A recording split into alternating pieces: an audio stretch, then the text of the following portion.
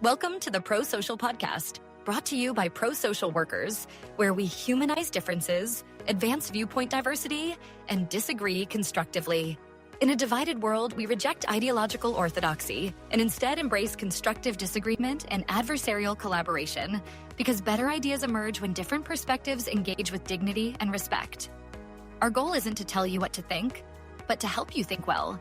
Join us as we work to depolarize discourse and build a more thoughtful, peaceful, pluralistic society. This is the Pro-Social Podcast. Hello, welcome to the Pro-Social Podcast. My name is Matt Watson. I'm the Executive Director of Pro-Social Workers. Pro-Social Workers seeks to humanize. We dialogue across differences and we stand for ethical principles. I'm joined today by my co-founder, Xander Kaag, the 2020 NASW Social Worker of the Year, and Michelle Linford, our social work intern, as well as our guest, Kelsey Blahnik. And Kelsey is the author and creator of The Way, and we're excited to hear from her today and have a little discussion and dialogue about her work and how it applies to social work practice. So Kelsey, welcome to the Pro-Social Podcast. Thank you so much for having me. I'm getting to be back with some people that I've been peace building with over the course of time. So I'm really happy to meet you, Matt, and to get to be back with friends. Great. Well, Kelsey, tell us a little bit about The Way and your work as a social worker. Maybe help us get to know your background and how you came across or developed The Way. Sure. Well, I've been a social worker for about 16 years, and I started in community mental health. I was working in medication-assisted treatment outpatient and inpatient detox facility. I worked with Centaur with folks who are HIV positive and had a threat of homelessness. And then I worked at the VA with unhoused veterans who I was on the intensive program where we would travel all around the Tri-County area of Central Florida and work with getting clients housed through HUD-VASH, through permanent supportive housing. And after doing that for a while, I needed, from a family perspective, to step back a little bit and have my own part-time private practice. And then I've built it up now in these last few years to being a group practice. And we specialize in OCD and trauma. And I'm very passionate about OCD awareness. And I really believe that a huge piece of healing with OCD has to do with psychological flexibility, which is why through the course of time in treating OCD and through my work in community mental health and through my own personal journey, I've felt that psychological flexibility, the ability to hold two things that seemingly are opposite to be possible at the same time, or using my favorite word "and" in every scenario possible, has been incredibly healing for me and my clients. And that's how I got to the describe that a little bit. Using the "and," that's your favorite word. Say a little bit more about that. Yes. I mean, the many ways that I ended up becoming so passionate about this started in food, in my relationship with food, looking at food as not just solely there for nutrition or solely there for pleasure. It's there for both. And working with a lot of clients who have OCD and disordered eating behaviors, and how healing that model, that non-binary model, can be for them. And then with starting my private practice, I looked at a lot of the options out there, and I saw community mental health over here, where most of my colleagues, including myself, were getting, really exhausted in the field, and yet they were creating accessible care. Or my colleagues who seemingly had a much better work-life balance, and they were charging a lot more, to the point where a lot of people couldn't access that self-pay rate. So I made this practice. The Way therapy is all about meeting somewhere in the middle, where we've got insurance-based care, where we've still got specialty care, but we've got a range of self-pay rates. And so in every way, I just kept finding these situations in my life where I went, why are we offered this either or, this all or nothing, black and white, right or wrong, red or blue? And I just kept finding myself benefiting from being willing to ask, what would it look like to find something in between? And just being more flexible in that gave me so much expansion in my life. And then I noticed it doing that for my clients too. So that's how I got to the Way model. And that's what eventually during the pandemic got me to write the book. I love that. Well, you and I, we're in similar spaces, because I focus on the third way, right? Or the third space, right? And so it's just another way of saying, I remember though, when I was probably maybe a preteen and a teenager, my father used to emphasize the both and concept a lot because of his, his exposure to things, in his life. And I noticed that you use the word non-binary, which I find really interesting because it doesn't really come up, that term, in this space. It's almost always used in reference to something like gender identity, right? And so to use it in this other way, I find really intriguing. And so, how have people responded to the idea that there is an and, right? An and can be present, and if not, how to maybe cultivate the and in this non-binary way of thinking, right? This psychological flexibility. How have people responded to it? It definitely depends on how often they've been exposed to it previously. As you mentioned, somebody who's already been exposed to that concept has a lot more openness to begin with. And yet in the beginning, when this concept's introduced of even practicing dialectic statements of putting two seemingly opposite things next to each other and putting that and, like the ice cream in the middle of an ice cream sandwich, when you put those two things together, a lot of times people practice it and they still use but instead of and because it just comes more naturally to them. So they keep practicing it. I'm sorry you felt that way, but, and then you notice how it negates the first part of the sentence and it ends up feeling like that first part is totally invalidated. And so the more people practice it, and I'm a very direct therapist. So when I'm doing this with clients, the more that I go, wait, what about if we put and there? How would that feel? And then they try it again. They're like, oh, wow, that actually the word that I can best identify with is the expansion that you feel when you allow the and there instead of a but. I like how that example that you just used also shows how powerful it can be in relationship and communication. I have a couple of people in my life who are still like, don't say and to me. I want to say but. It's like, okay, that's fine. I call myself a both and girl. So you're speaking my language too. And it for me, when I use the and, something shifts in me and it slows down. Because often if I'm but I'm sort of reactive. That's often, I'm coming at something with a more emotional reactive approach. When I use and, it's a trigger, at least for me, to get back into my prefrontal cortex and being more intentional in how I communicate and how I think. Yes, absolutely. Absolutely. And one of the ways that it can be important and helpful to practice it, I've got a bug flying around, is in those relationships, recognizing this is what I'm hearing you say, and this is my experience, and letting both of those freely exist. And that can be incredibly uncomfortable for people because they can feel like even just putting both of those out there, like the intent and the impact, that those can't coexist, when I think they coexist everywhere all the time. So I'm always saying intent and impact matter. Mm-hmm. Kelsey, you've written a book about this. I was going to say model, but do you use that terminology, model or concept? Yeah. Maybe you could share with us some of the central pieces or tenets of the book, what it is that you're really wanting people to get when they read the book. Yes, absolutely. I really want to emphasize the ability for us to grow in our capacity for discomfort and to challenge that rather than to land in the I can't. So one of the ways that we're flexible is being able to consider growth and that discomfort and conflict in particular are opportunities for growth. And that's a core message within the Ann Way. And then the idea that you can always ask yourself, where is that instinct to go to an either or, like getting to know that part of me that wants a black and white way of thinking, that's like a natural animalistic instinct to say that's more comfortable.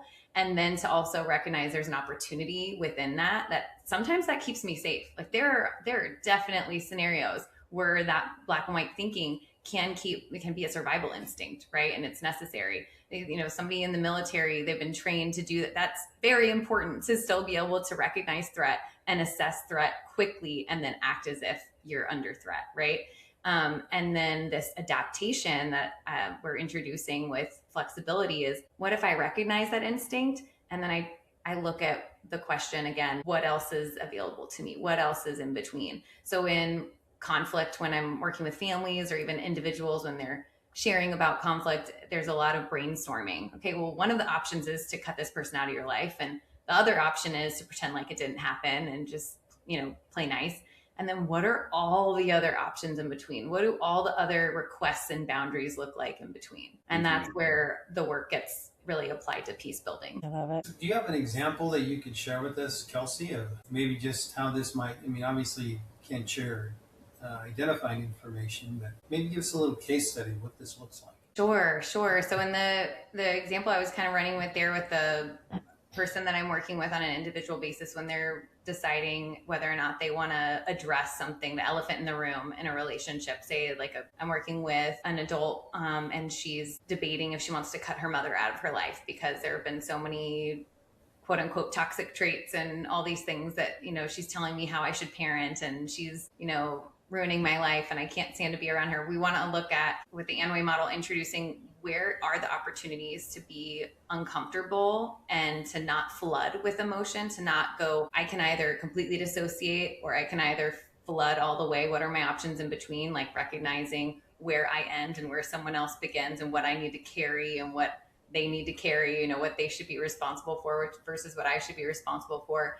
And then I'll explore attachment there. What would secure attachment look like in terms of, are you expecting too much maybe of this other person in your life? Are they expecting more from you than you're willing to offer, and navigate that? And then when it comes to the communication piece, the passive stance all the way on one end of the spectrum, maybe that's how she's operated so far. And maybe that's what feels most comfortable to her. We'd explore what does being a little more assertive look like? If it's not, hey, sitting down and having a 3-hour, serious conversation about everything that you've ever, that this person has done to be upset about.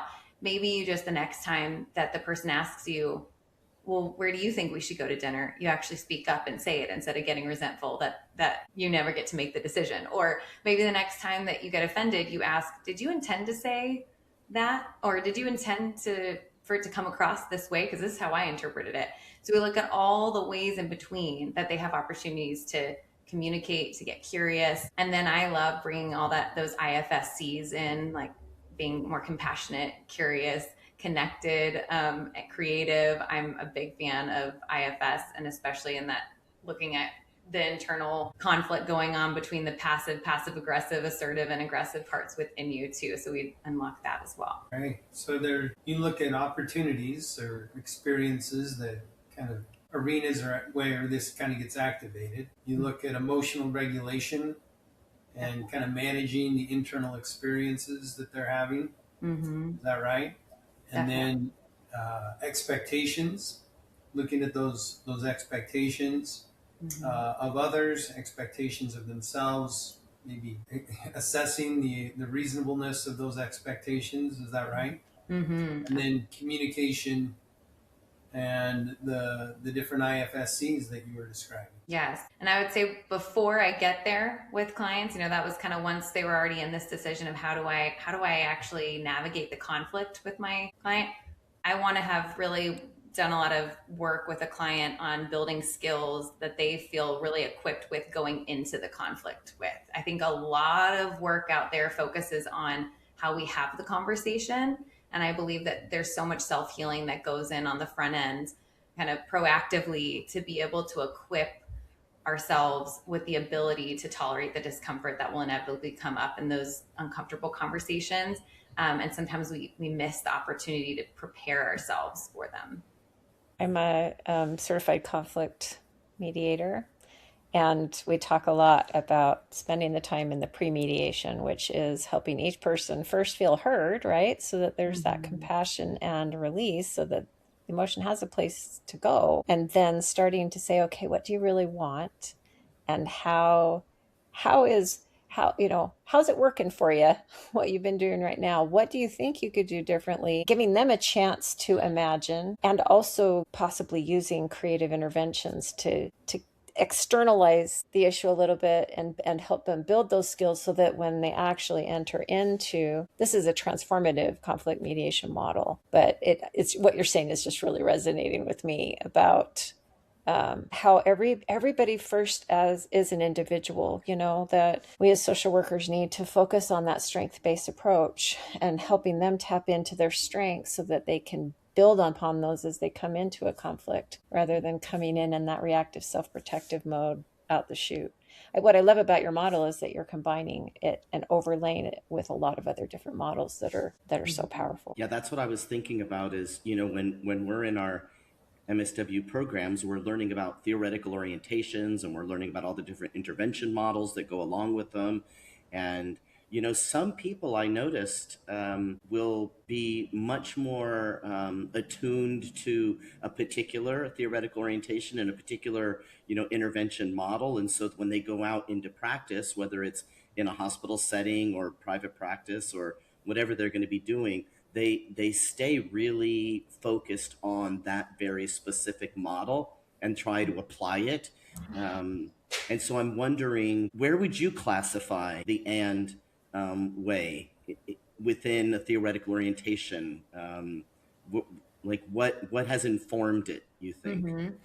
I reference throughout the book that I'm a very eclectic therapist, gleaning all these great evidence-based tools from these other frameworks that have allowed me to apply this to how do we prepare ourselves to create more peace in the world. So these are all things that other brilliant people have come up with that I've seen be effective. And so I'm pulling those into my daily life internally as well.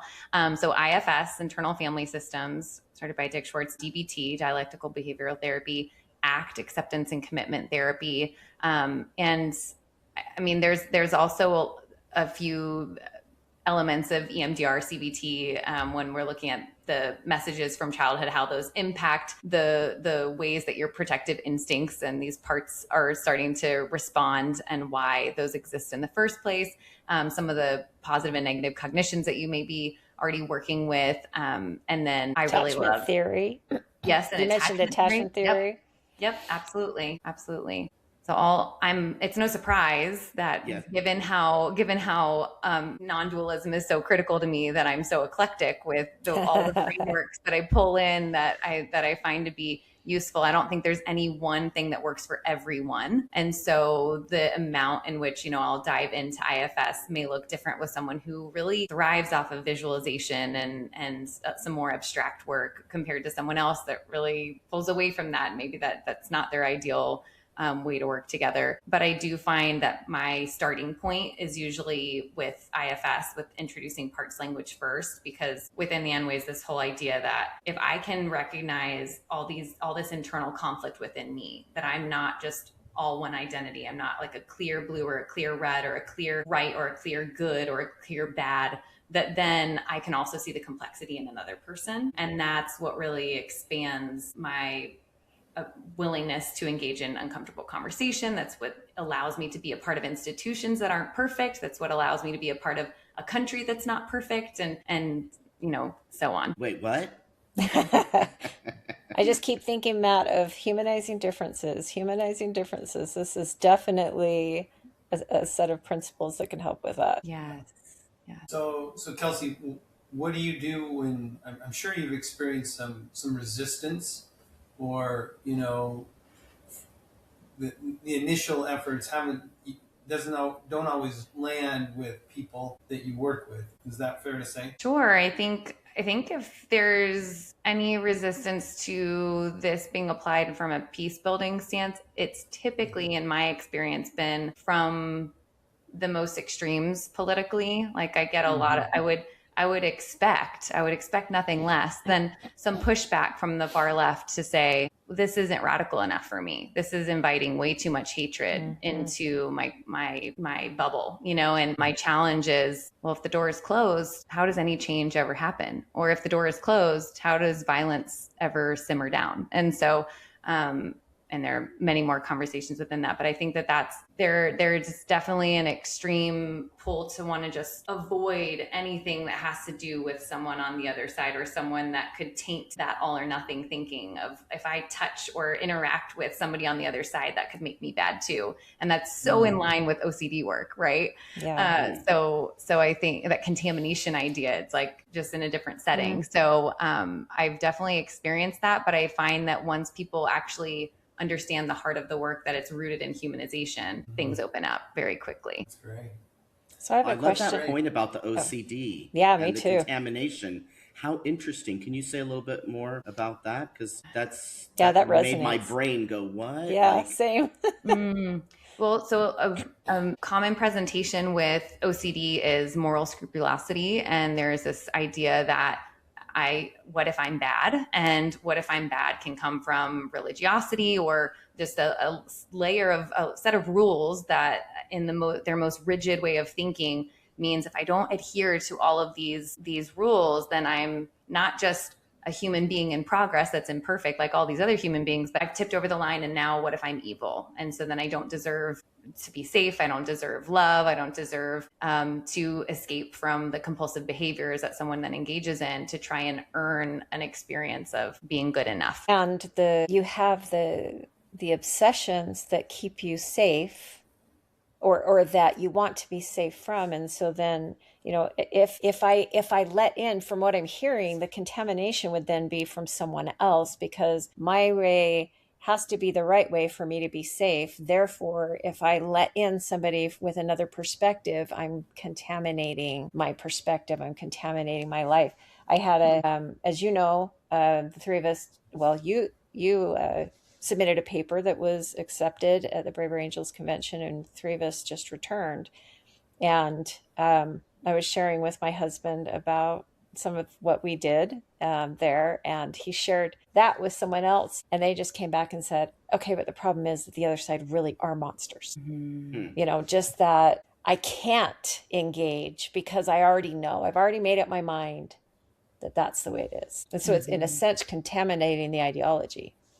Mm-hmm. It may not even be so personal as I don't want to be bad, but that the predecision that is bad. Mm-hmm. I am right. They are wrong. The end. Mm-hmm.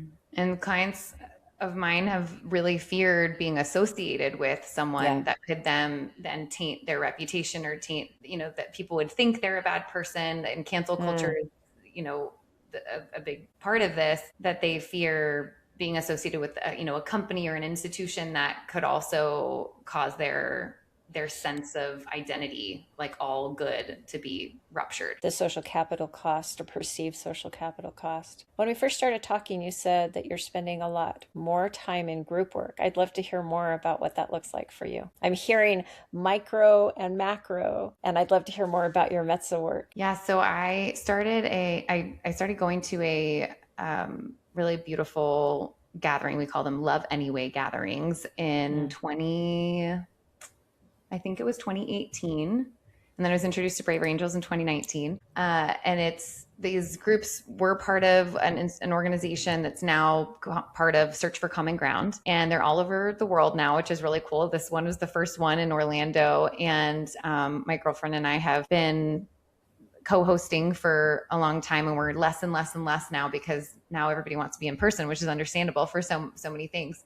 And we would gather intentionally in person as a sisterhood to say, well, we come from different religious backgrounds. We come from different political backgrounds. Let's bring up a controversial conversation intentionally and see how it goes. If we're breaking bread together, if we've got a meal and we've got a shared space and we've already got some level of mutual respect, and we had a little creed that we'd read at the beginning of the meeting that laid out the ground rules, and we would just have hard conversation. And we had tons of we were abortion, gun control, everything was on the table for years and years. And then we went through the pandemic doing this together. And so that has been a really beautiful experience, like true intimacy to me, to accept one another, even when we're not on the same page. And that was a really cool version of it. And I've also enjoyed the workshops, through Braver Angels, accomplishing a similar thing. Usually more those that kind of break off into, some small groups and then one-on-one. And then I definitely see this happening more and more in religious organizations or interfaith organizations. And I love speaking at those. I love, speaking with peace building organizations as well, directly.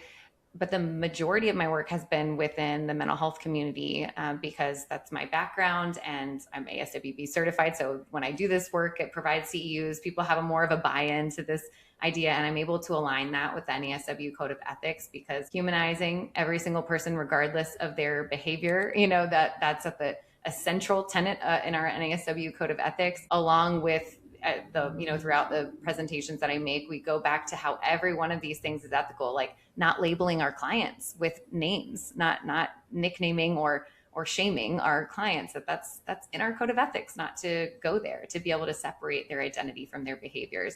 And so I've really enjoyed doing my work with mental health professionals. I feel like there is something already ingrained in us in our practice where it's similar to a Hippocratic Oath, right? Where we go, okay, this is really uncomfortable, but we have a little more buy-in because we already know we're all at least on the same page about this code of ethics, compared to if you just go into the general community, not everybody's established that same set of rules. So you had this experience with this group and your initial experience, was that with a process group of people that you had already established relationships with, or was that a therapy group? It was not a therapy group. Yeah, I haven't done this in a therapy group setting. It was just with members of my community, and they were, and everybody had a little bit different religious background, and that's what prompted this conversation. There was just I think two of my friends met in Zumba and we just met for the first time as a group. They said, I'm going to bring some of my friends, you bring some of your friends, let's do this. It was completely organic, completely beautiful. It was not, through any one institution. It was just out of nowhere. And then an institution kind of like held on to this idea and said, we can replicate this. This is really neat. So what was the institution that replicated it? It was Preemptive Love Coalition, but now it's Search for Common Ground. Okay. Yeah. Preemptive love? Is that what you said? What an interesting term. I love that. I love that too. All my shirts and jackets, people around town know this is pretty much my my uniform is a shirt that says love anyway. It was by them, and now they're owned by Search for Common Ground. They've got hats and jackets, and it's just that concept of loving anyway, even when you disagree, or loving anyway, even when you're really irritated. And I have a sign out on my lawn that says, I choose to love my neighbor, even, how does it go? It says something like, I love my neighbor that prays differently, thinks differently, votes differently out on my lawn. That's my political sign. I love that. I want to buy one of those. I know. I just made it. I custom made it on some website years ago, and I thought, Preemptive Love or something needs to sell these. Maybe Brave Angels can make some of those. Yeah, send me a picture. I will. I want to make me one. That's PLC, awesome. The Preemptive Love Coalition. Is that right? There we go. Very good. Very good. You know, Kelsey, Matt and I met on the NASW listserv when it first went live. No way. I don't remember if that was like late 2017 or early 2018. Yeah. So in 2018, and at the time I was one of the ambassadors for the platform. It was brand new, and it was like, let's get members to talk to each other on different topics, right? There were threads. It looks like an old-fashioned kind of bulletin board, the internet bulletin boards. It's very simple. And pretty quickly, the topics that developed were around topics such as you can't be a Republican or a Christian or a conservative and be a social worker who was abiding by the code of ethics, the NASW code of ethics. And it was sort of like, wait, what? And then there was some response like, well, of course you can. And then the call came, well, prove it, and Matt did this really great job of outlining, all the various ways that a person who is either religiously conservative or culturally conservative or both, or politically conservative or all of those things, can very easily work within the code of ethics. And I don't think that it wasn't persuasive.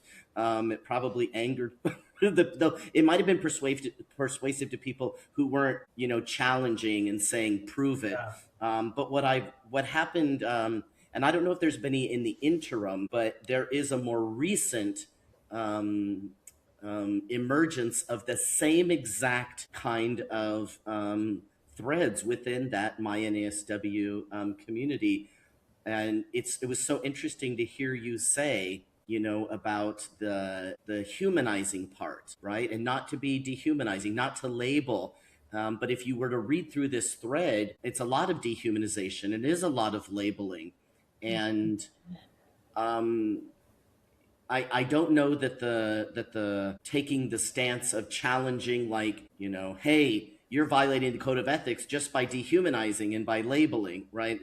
People might go on the defensive of that, but my interpretation is that the individuals who were writing that very publicly, by the way, on that board for everybody within the organization to see, that they're not in any way violating the code of ethics for using a more dehumanizing language. I just find it really interesting, the ability, with the and way, it's saying, maybe not that there are two right things, but there are maybe two people who have two different experiences and two different ideas and two different theories or perspectives. One of the ways I say it doesn't seem to me like the individuals that brought that issue up back in the day and now today, there's right, it's almost 10 years ago, right? It's like 8 years ago. Wow. That there's not there's no sense of what would we say for a client? They don't have a lot of insight into how they might themselves be not violating, of course, a code of ethics, but at least not adhering to it in a compassionate or way. Something.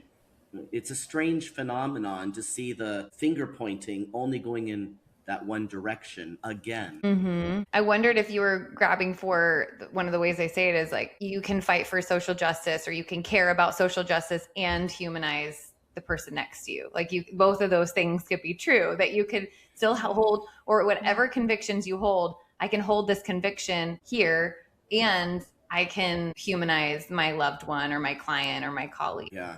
I mean, I think all of us agree with that. I'm not seeing it when I'm reading through those threads, or when I'm hearing people talk. Sometimes, I'm not hearing the and in them. And not that I'm going to be like that 100% of the time, but I'm not so sure that I would think that the concept of the and, I just think there probably are just some individuals within our practice, within our occupation, that are going to absolutely refuse to see that as a legitimate intervention. Sure. Yeah, I believe in harm reduction. There's another model that I operate from. I'm a harm reductionist through and through. And so, because I believe that we don't have to, it's not like, full absence or full engagement. There's all this in between. And so I don't expect, just like when I'm engaging with someone politically, I don't expect my job to be to change someone else's mind, to think of it my way, or to think, well, you need to humanize people. That's the right way. And so I'm going to get you to do it. I do expect that there's going to be a population that doesn't roll with this. Right. And yet it's still, I'm holding that change and acceptance. It's still worth it to me to pursue this. And that's actually these Facebook groups or forums are a big part of why I decided to invest in making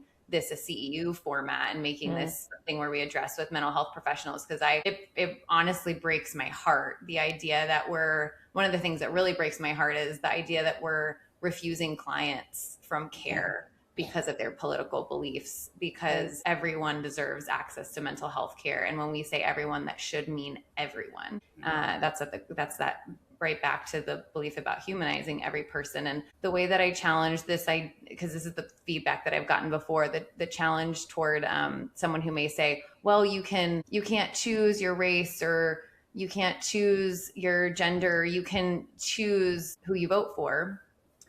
Well, the thing about that I challenge is that we work with clients all the time that have other behaviors, have other choices that we completely disagree with, and that we judge or we think are not good for them or harmful to them or harmful to others. Commonly, a lot of people would agree that lying, stealing, cheating, a lot of these things are not popular, and yet we don't refuse to work with those clients. There are also, because I will always have this nuance with me, that there are also times where it's not appropriate to work with that clinician because of the way that it would cause harm to that clinician. And they're a human too that's worthy of dignity and respect, right? And yet I think we're missing out on humanizing someone just for their choices, the way that we're willing to, work with clients who have broken the law and clients who have harmed their spouse and made all these other choices. It's so interesting that we've somehow normalized that over our political stance. The other element of social work practice that I think we can, I like this brainstorm of how can we engage in a compassionate way, because if somebody as a practitioner is responding that way, that tells me that they've got, like, it's affecting them personally, right? So I could see them recusing themselves from a situation because they can't handle it well. Yeah. Right. But we can bring up the fact that everybody's a person and environment, that there are multiple facets, multiple variables that are affecting them, not just their political preference. I'm in one of my classes right now where we're talking about the ecological models and recognizing the complexity that I like to say that everyone's intersectional and has all of these different elements of who they are, and that our field teaches us and helps trains us to not think in a reductionistic way about human beings, because it's not true, it's not real. What other I'd love to dig a little bit more to hear more about what other facets of the code of ethics you bring into when you are engaging with CE courses for mental health practitioners. Yeah, I can read some of them to you. Yeah. We love using our core text to keep exploring these concepts. So we talked about how the NASW already has that value of dignity and worth of the person. The way the APA puts it is psychologists respect the dignity and the worth of all people and the rights of individuals. And the ACA says the primary responsibility, that's so interesting, the primary responsibility of counselors is to respect the dignity and promote the welfare of clients. Do you get the impression that when those are drafted, there might be just a single lens with which they're looking through when they draft them? Like, all counselors must be respectful towards gay clients, and like they're trying to expand so that marginalized peoples and underrepresented individuals, people from that, they're trying to expand it to include all of these groups that we've designated as needing that additional invitation or belonging or welcoming. But if you were to say, well, what about the conservative evangelical Christian Republican? Definitely not, right? Like I get the impression that the expansion kind of goes in one direction, but not the other. Because it's like, does that mean then that you might have a conservative social worker who then needs to be able to either warm handoff, do a referral, or meet with a clinical supervisor to talk through a client who might be very, very far left, and then a far left therapist who's having to meet with somebody who's on the really far right, these like minority populations. I think nowadays people somewhere along the center, left and right center, are considered extreme left and right by the extreme left and right. I think people think that it's a bridge too far to work with individuals that they see as evil or destructive or something really terrible.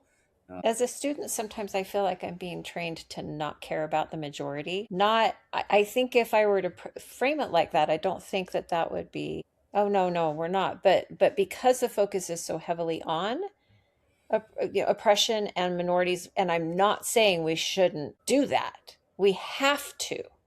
And it's an and. Because all people are worthy of dignity, and the importance of human relationships in our code is essential to being able to bring about change. If we don't engage in change efforts in a way that respect the dignity and humanity of people, we're not going to get the changes. We're not going to be able to produce change, because people will respond as people do, and they'll self-protect. But I hear what Xander's saying, that it could be that at least some, I hope it's not all, but at least some were thinking, okay, all of you majority familiar people, you privileged people, you need to be sure that you are bringing in all people, not just people you're used to being around. And then we're just saying here, yes, and it needs to go both ways, because there isn't a human being on the planet that doesn't have inherent dignity. At Braver as Angels, it was unalienable, right? This is an unalienable. This is not managed by law or government or policy or code. It's something that exists. It pre-exists everything else. Mm-hmm. Well, if we can be symmetrical in our approach and ensure that it serves diverse people, I think it's much more sustainable. Yeah.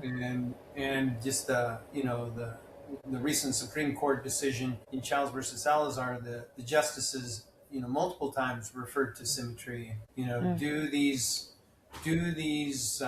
laws or these guidelines, would they apply in both directions? Things that would it apply to both populations? And it just seems like that symmetry to people on the left, on the right, the blues, the reds, just humanity in general, I think, is a much more sustainable position, a pro social position, if you will.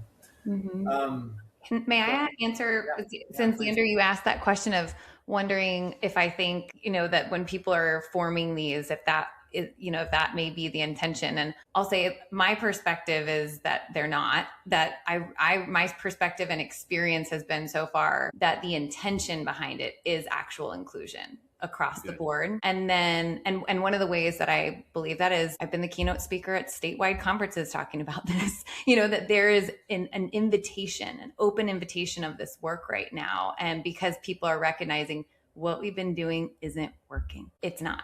It's ineffective to shame one another and then see the other person just dig their heels in deeper and be unwilling to change because they're coated in shame, and shame makes us stagnant. And so I believe more so that the intention was true inclusion, true humanization. And then throughout witnessing so much pain and fear, that out of self-protection, it's been actually applied only in service to, certain instances. And we've kind of lost the ability to, in some cases, be willing to empathize with folks who have voted differently than us in a way that we're willing to empathize with other populations so much quicker. Yeah, that makes sense. Kelsey, describe a little bit about that macro work, or the work that you've done and getting involved with different groups, different organizations, speaking in different ways to humanize and discuss the and way. Tell us a little bit about how you put yourself out there and how you got involved, how you got invited into these different arenas. Yes, I just started exactly how you said, putting myself out there. It is the most vulnerable thing in the world to write a book and to put your beliefs and ideas out there for somebody, as some of you know as well from doing this as well, that there is a need for rejection resilience that goes along with putting yourself out there and just applying blind or reaching out to people and offering to provide education and to provide a service and seeing if they're willing to receive it or not. And I think what's been so heartwarming is how open folks are, especially in the mental health community, to anything that could service their clients when it comes to politics, ethics, and therapy, because there's not really a whole lot going on that front right now. People are really afraid of touching it. And so people are really eager to dialogue about it and to hear perspectives, even if they don't go, say, sign me up right now to live the Ann way. Well, they've been surprisingly open and energetic and willing to engage in this in a very exciting way to me. I've had people follow up and follow up and follow up. And some of you guys have been people that I've been able to stay in touch with because of that. And so that gives me hope, even when you check the news and there's a lot of disheartening stuff going on too, around polarization. And so I think I have a little bit of a biased view internally where I'm just experiencing so many open folks to this work. We call that civic hope. I'm interim director for the Utah Civic Learning Collaborative, and we're trying to foster hope. And I think in all of this, I think you hit on something really important that I think as practitioners and people trying to bring peace building into our field and elsewhere, that it's important to remember that what we see in the news is a tiny sliver of reality, and often it isn't really even reality. It is more entertainment in a lot of ways. It is clickbait based, driven by profit, not there's a tension here. I'm not saying it's all malintent, but I like to remind myself that, you say we've got this little world when we have, it's like, this is more of what I wish we could see in the news, that there's a lot of amazing stuff happening. That was one of the things about being at Braver Angels at the convention in Philly was so amazing. Like 900 people, and you're just swimming in this water, immersed in it. and practicing that muscle of reaching across divides and humanizing difference and dialoguing across difference and active listening and dignity and respect and sitting in the discomfort and the vulnerability of putting yourself out there and, oh, I'm going to have another conversation. And I believe that, like you said, we're at a really exciting time. I'm going to piggyback off of what you said. I feel a lot of hope and energy. And I hope that in all of the work that we're all doing, we can continue to broadcast that, almost like create our own headlines so that people can know there's more going on than just the stuff that gets the clicks through mainstream media and social media. Yeah. So I just appreciate so much being able to hear more about your work. Yeah. So Kelsey, let me just ask you, the Endway, is it tell me the audience, the intended audience for the Endway. Absolutely everyone. You know, it's the funniest thing is when I meet a stranger and I explain what my book's about, I'll say something like, I wrote a book about navigating politics and relationships and inner conflict and controversial topics. You know, I'll say something along those lines, depending on who the person is.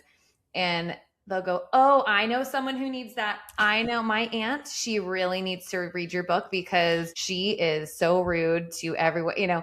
And my hope is that instead, when people hear what this book about, they would go, oh, I need that because I haven't let go with my resentment for the other side. And I'm still holding all this judgment and haven't figured out how to interact with my aunt, you know.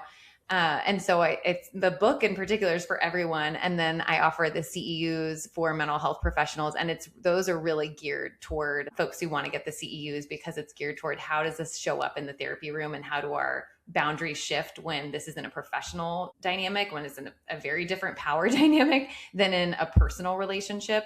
So the book is for even in those personal relationships. And the book focuses a lot more on the self-work. And the first whole half of the book is the self-work before even getting into what does that look like in relationships. The change first principle. Yes. Self-healing can lead to world healing. Yes, right. Amen. So the book is kind of for the public, but then you've got some CEU courses and so forth. Do you feel comfortable sharing kind of the themes of those CEU courses, or what does that look like? Yes. So the one focus on this topic is politics, ethics, and therapy. And really anybody who's a mental health professional, if you're not a therapist, if you're doing social work and more of a case management or any other type of role, it'll still be very applicable. It's looking at our code of ethics between the different avenues that you can go in our field to be a mental health provider and how this work aligns with those ethical principles. And then how a few examples of how you can actually navigate some of these ethical dilemmas in the therapy room or when working with a client. And then some of the self-work that it takes to be able to work with clients who are on a very different page than you politically, so that we're not bringing in all those judgments and feelings toward our clients, so we can be as effective of providers as possible. Right. So yeah, Xander sign me up. Xander talked a little bit about, just some of the pushback that is generated on that message board among, some social workers. And to some degree, that's the genesis of our work in pro-social workers. Yeah. Can you tell us your thoughts about that? Can somebody with traditional religious, conservative, Republican, all those values, those red values, if you will, the right-leaning values, politically right is what I'm referring to there. Is there room in professional mental health spaces for them? Yes, and I go over specifically the seemingly contradictory ethical requirements that we have and I've got one of them up here that we didn't get to earlier, of social workers also must take action against oppression, racism, discrimination, and inequities and acknowledge personal privilege. The APA says psychologists do not engage in unfair discrimination based on age, gender, race, ethnicity, culture. Counselors for the ACA do not condone or engage in discrimination based on age, culture, disability, ethnicity, race, religion. And I think that also includes your political party, your political stance, right? And so I think if we're asking folks to apply that across the board, that also looks like being curious and open to ways of thinking, and the complexity within each candidate that someone's voting for, the complexity in every story amongst a voter. I don't think I know I have never voted for someone that I've agreed with 100% of what they've done or said they're going to do or they believe. And I don't expect that of the other people in my life either. Yeah, very good. Yeah, it is interesting. If I've also done a survey of the different codes of ethics, and interestingly, social work is the only code that calls out specifically Privilege. political belief. Oh, Yeah, political belief. Um, As an but element of diversity that we're supposed to respect. yeah, Yeah. yeah. Interestingly, the ACA, their code of ethics, the most recent one was authored in 2013. I think the APA was revised last in 2017, and social work in 2021. So that was after the 2020, the year of 2020, that was somewhat pivotal. what happened then? What happened? I don't know. I can't remember. I can't remember. It's all a blur. The summer of 2020. Yeah, well, I can tell you what happened is that's when NASW Press decided that our project was too hot to handle, and we morphed into pro social workers. There was a book. They now, were working on an and both and kind of book. Yeah. So anyway, AMFT, I think, excuse me, their most recent one was this year, 2026. Yeah. And they do reference diversity, equity, inclusion. And so it's just always a question, what does that mean? And how do you define that? And what does that look like? And there are different ways, I think, to understand and apply those principles. And that is an and way, I hope, that there are different ways to look at those applications. So, yeah, I've been sitting here thinking about if we could D for dignity, E for equity, and I for inclusion in this kind of a way where, being at Bravery Angels, I'm like, what if we were to orient everybody in our fields first to our core documents, because we are first citizens before we are professionals, that all men are created equal, that all humans are created equal. If we could call ourselves to the ethics of those documents as well as citizens of the United States to help.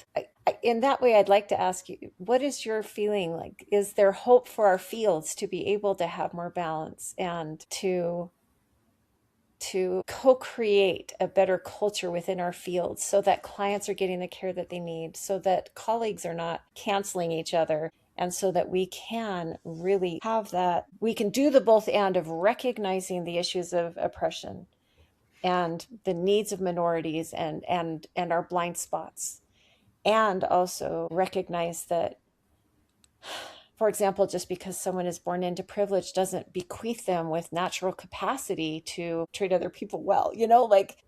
Everybody needs to learn how to do this better. What are your thoughts on our future? I feel hopeful. I feel very hopeful. And I think it comes down to really rooting ourselves in what our role is intended to be. And I think about, especially as therapists, that we're not meant to indoctrinate. That's not, or that whole idea of leading a horse to water versus everything. You're not just meant to give clients the answer. We're meant to, I believe in a sense of self. I believe every one of my clients has a sense of self. And this is where that AIP model and also the IFS model, that really aligns for me in empowering my clients, because I trust that they can get there. And I believe they're more likely to get to longing for a more peaceful existence within themselves and being a part of a peaceful existence in the world if they're empowered in their sense of goodness, if it's believed by the people around them that they have the potential for good and they have an intention for good, rather than being shamed into it. I think it's less likely to be effective. And if that's my overall goal, then that's the change I want to see. That's not, they need to think exactly like me. They need to, and that goes on both ends of the spectrum, right? I know easily someone could hear this on the left and go, yeah, you wouldn't want someone way on the right to be indoctrinating my client that way. And then someone way on the right would go, I don't want somebody indoctrinating a client to go way over that way. That's across the board. So if we can accept what our role really is as guides and being alongside someone instead of fixing, managing a lot of the other protective instincts that come up in us as providers, I think we have a lot of hope. Yeah. Agreed. Yeah. And really underscore that self-determination, that if we stay clear on that role in every facet of our work, even when there's disagreement. Like, okay, but they have self-determination. I can honor that they have their own journey, and that's not mine to dictate in any way, shape, or form. Yeah. So Kelsey, as we wrap up here, our experience has been that when we, communicate and reach out respectfully, we rarely have had some really harsh pushback. We've had people on our podcast, and we've had discussions with people who've been canceled. And there have been some concerns that about that cancellation. What have you experienced? Have you experienced pushback or threats, or have you experienced kind of what we have, just engagement and willingness to hear you out and to try and practice? What's your experience been? It's been heavily hearing me out. I mean, I think there's coding in a lot of the language that we use accidentally. And I happen to be a very left-coded person because I use language in my book and in person, or in the way that I represent myself online or whatnot, in a way that I think may make some people really turned off, and then may make more people in a very heavily blue leaning field feel a little bit more comfortable. I think that may be part of why there's not as much pushback, because of my commitment to peace and justice, and that justice piece being really critical. Yeah.